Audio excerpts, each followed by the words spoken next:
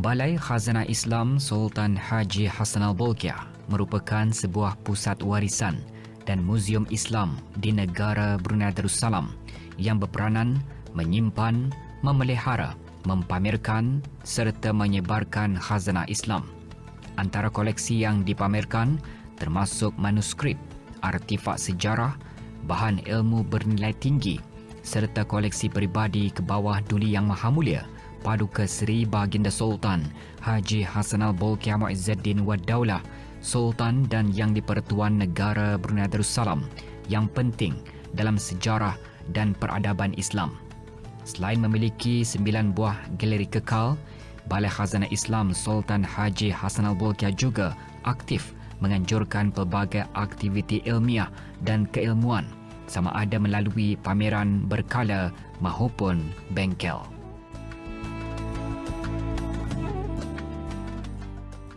Sebagaimana diketahui, Balai Khazanah Islam Sultan Haji Hassanal Bolkiah berfungsi sebagai pusat warisan ilmu Islam.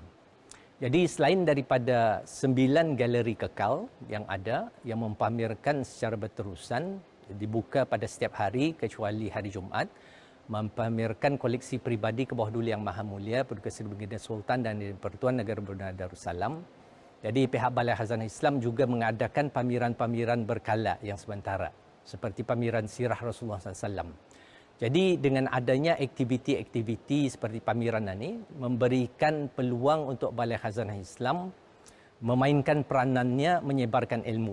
Sebab itulah yang dihasratkan, selain daripada mempamerkan dan memberikan peluang kepada orang ramai untuk menyaksikan barang-barang koleksi, barang-barang artifak, sebenarnya juga berhasrat untuk menyebarkan ilmu warisan Islam dan tamadun Islam.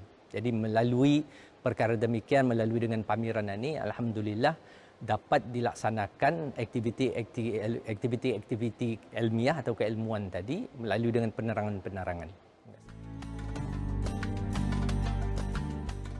Pameran Sirah Rasulullah sallallahu alaihi wasallam Al-Raudah Al-Sharifah Al-Hujrah Al-Nabawiyah merupakan salah satu pameran